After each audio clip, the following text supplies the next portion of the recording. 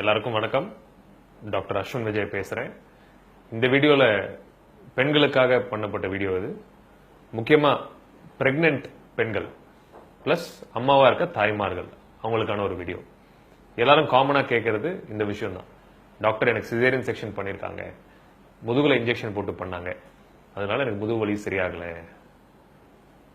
Operation பண்ணி உடனே சொன்னா பரவாயில்ல, 5 வருஷத்துக்கு அப்புறமா அதை சொல்றாங்க, 10 வருஷத்துக்கு அப்புறமா அதை சொல்றாங்க.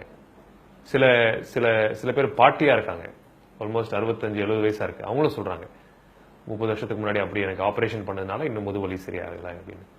ஸோ அதை நான் தெளிவா ஒரு விஷயம் சொல்லிக்க நினைக்கிறேன். முதுகுல இன்ஜெக்ஷன் போட்டு சிசேரியன் செக்ஷன் பண்றதுனால வலி நீடிக்காது, அதனால வலி வர்றது கிடையாது. ஸோ பிரெக்னன்சி அப்போ வயிற்றுல குழந்தை இருக்கும்போது நம்ம உடம்புக்குள்ளேயே நிறைய மாற்றங்கள் நடக்குது. ஸோ அதனால நம்மளோட மசில்ஸ், தசைகள், ஜாயிண்ட்ஸ் பிளஸ் நிறைய விஷயங்கள், ஸோ அதுக்கான மாற்றங்கள் நடக்குது. ஸோ அதனாலதான் நமக்கு முதுகு வலி கன்சிஸ்டன்டா இருக்குது. பிரெக்னன்சிக்கு அப்புறம் நம்ம அதை பார்த்து, குழந்தை பிறந்ததுக்கு அப்புறம் நம்ம உடம்ப நம்ம பார்த்துக்கிறது இல்லை முக்கியமா. ஸோ அதனால வர வலி தான் அதிகம். ஏன்னா ஒரு ஆவரேஜா ஒரு பிரெக்னன்சி அப்போ ஒரு இந்தியன் தாய், நம்ம ஊர் தாய் 12 இருந்து 15 கிலோகிராம் வெயிட் எடை ஏறுறாங்க. எடை ஏறும்போது என்ன ஆகுதுன்னா குழந்தையோட எடை 2 இருந்து 3 கிலோ தான். அது ஒரு பக்கம் தான். அதுக்கு மேல பிளசண்டா, ஆம்னியாட்டிக் ஃப்ளூயிட், உடம்புல ஃபேட் ஸ்டோர்ஸ், இது எல்லாமே கொஞ்சம் அதிகமாகுது. ஸோ இதுவே இந்த வெயிட்டே நம்ம முதுகு வலிக்கு ஒரு முக்கிய காரணம். ரெண்டாவதா ரிலாக்ஸின் சொல்லிட்டு ஒரு ஹார்மோன் செக்ரீட் ஆகுது நம்ம உடம்புல பிரெக்னன்சி அப்போ.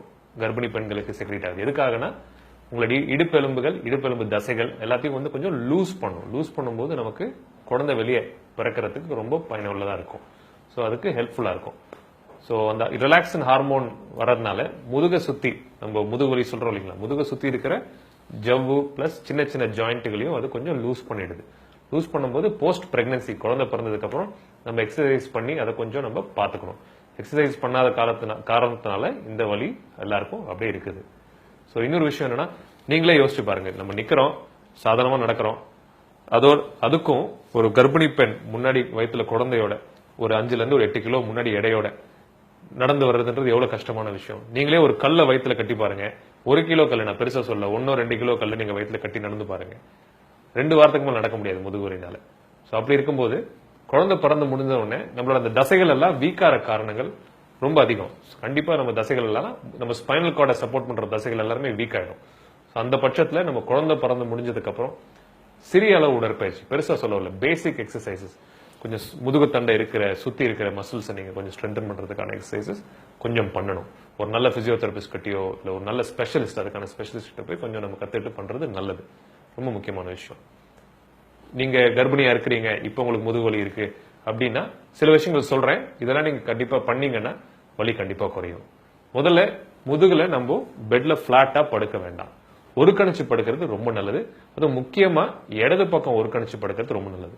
இடது பக்கம் ஒரு கணிச்சு படுத்துட்டு 2 முட்டிக்கு நடுவில் ஒரு தலகாணி வச்சுட்டு படுத்தீங்கன்னா இன்னும் உங்களோட ஸ்பைனல் காலமுக்கு அது கொஞ்சம் ரெஸ்ட் கொடுக்கும். பிளஸ் நீங்க குனிஞ்சதை எடுக்கிறீங்க அப்படின்னா உடனே டக்குன்னு இடுப்புல இருந்து குனியாதீங்க. கொஞ்சம் உட்காந்து முட்டியை மடக்கி உட்காந்து அப்படியே சேர்த்து அந்த வெயிட்டை தூக்கணும். இப்ப நீங்க வேலை பார்க்குற ஒரு பெண்மணியா இருந்தீங்கன்னா உட்காந்து வேலை பார்க்குற இடத்துல, உட்கார இடத்துல கீழே ஒரு ஸ்டூல் வச்சு அதுக்கு மேல கால் வச்சுக்கணும்.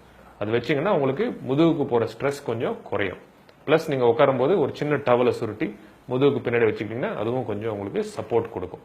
ஸோ இந்த வீடியோ உங்களுக்கு பயனுள்ளதா இருக்கும்னு நான் நினைக்கிறேன். ஸோ இதை கொஞ்சம் பின்பற்றி முதுகு வலியை தவறுங்க. முக்கியமா இன்ஜெக்ஷன் போடுறதுனால வலி வர்றது கிடையாதுன்றது நம்ம புரிஞ்சுக்கணும் இந்த வீடியோ மூலமா. நன்றி.